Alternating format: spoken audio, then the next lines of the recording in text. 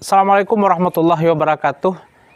Alhamdulillahirabbil alamin wassalatu wassalamu ala asrafil anbiya'i wal mursalin wa ala alihi wa ashabihi rasulillah ajmain.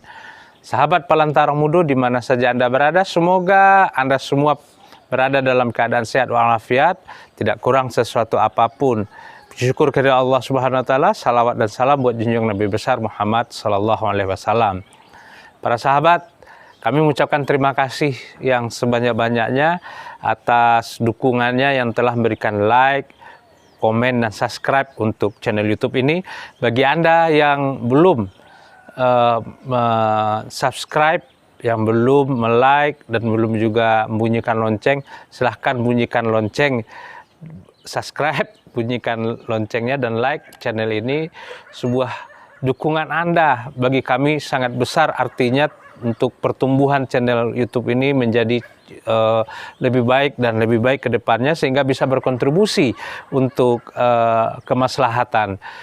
Dan saudara, kali ini kita akan berbincang tentang masalah pembatasan sosial berskala besar. Dan kita hari ini berada di dalam situasi yang sangat tidak normal. Di bulan Ramadan kita berbeda dengan Ramadan sebelumnya, di mana masjid-masjid dibatasi kegiatannya, bahkan tidak dilaksanakan salat berjamaah.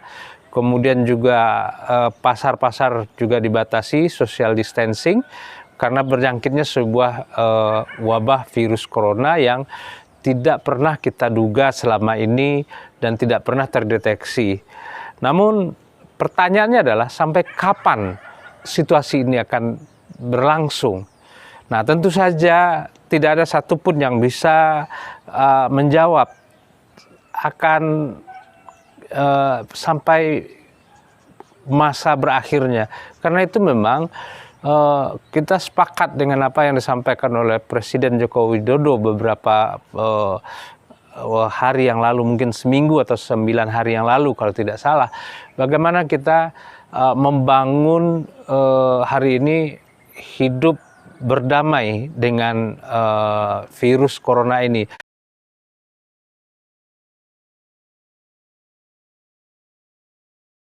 Bapak, Ibu, dan saudara-saudara sekalian yang saya hormati, kita berusaha keras dan berharap puncak pandemi COVID-19 ini akan segera menurun. Namun demikian, beberapa ahli mengatakan ketika kasusnya sudah turun, tidak berarti langsung landai atau langsung nol. Ada kemungkinan masih bisa naik lagi, atau turun lagi, naik sedikit lagi, dan turun lagi, dan seterusnya.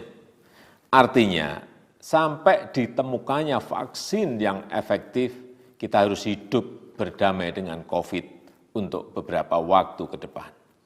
Bagaimanapun kita tidak bisa memungkiri sebuah kenyataan, virus corona ini tidak akan musnah. Sama dengan virus flu yang sampai hari ini pun juga tidak ditemukan obat-obatnya, walaupun yang ada hanya adalah bagaimana mengurangi dan meningkatkan daya imun tubuh. Nah, tentu saja tidak mungkin selamanya kita akan mengisolasi diri di rumah, tidak saling berhubungan, tidak saling kontak satu sama lain. Namun tentu akan terjadi perubahan besar, karena ini virusnya berbeda dengan virus-virus flu dan virus-virus yang sudah pernah terjangkit sebelumnya.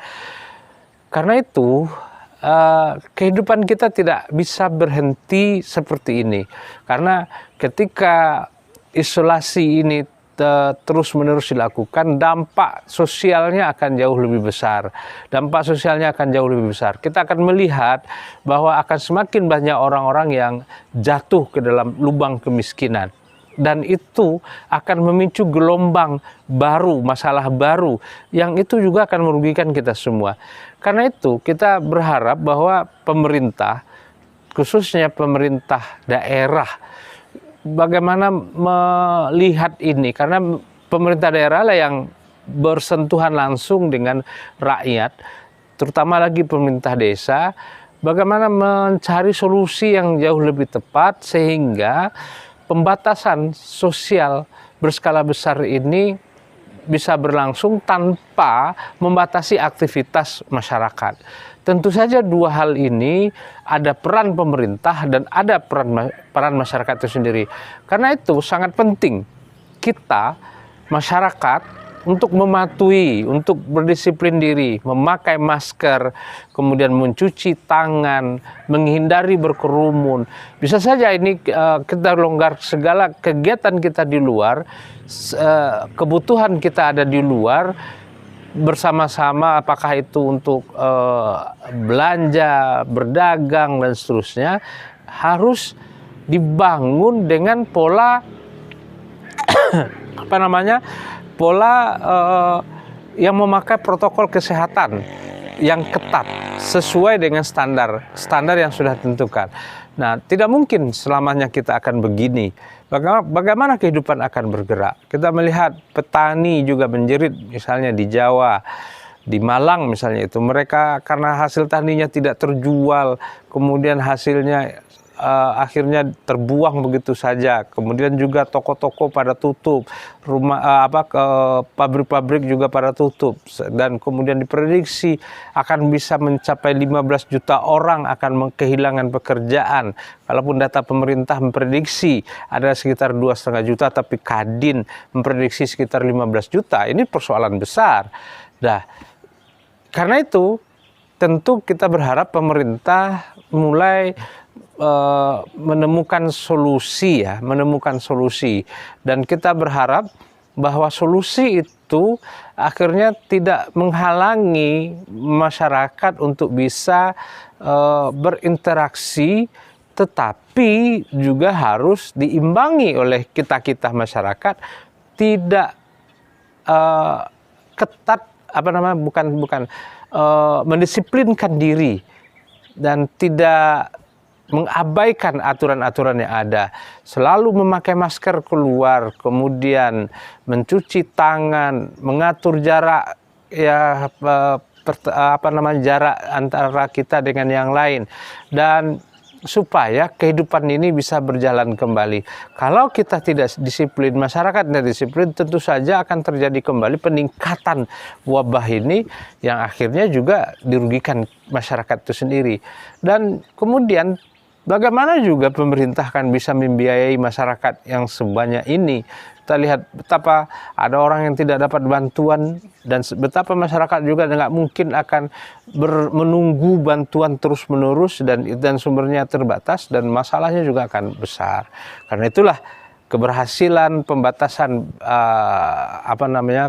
keberhasilan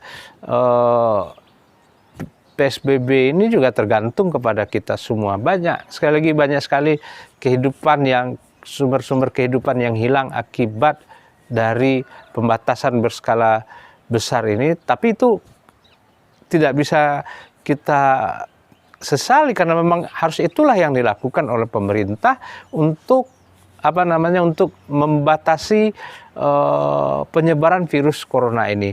Namun di sisi lain selama beberapa mungkin sudah hampir 1 bulan, dan ada yang daerah misalnya DKI sudah lebih dari 1 bulan dilaksanakan PSBB.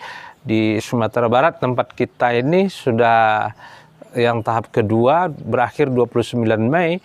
Kita berharap PSBB setelah itu mulai dilonggarkan supaya kehidupan masyarakat ini bisa kembali berjalan normal, dan setiap kita punya kewajiban untuk saling mengingatkan kepada keluarga, anggota keluarga, sahabat dan teman untuk selalu mematuhi aturan-aturan protokol kesehatan.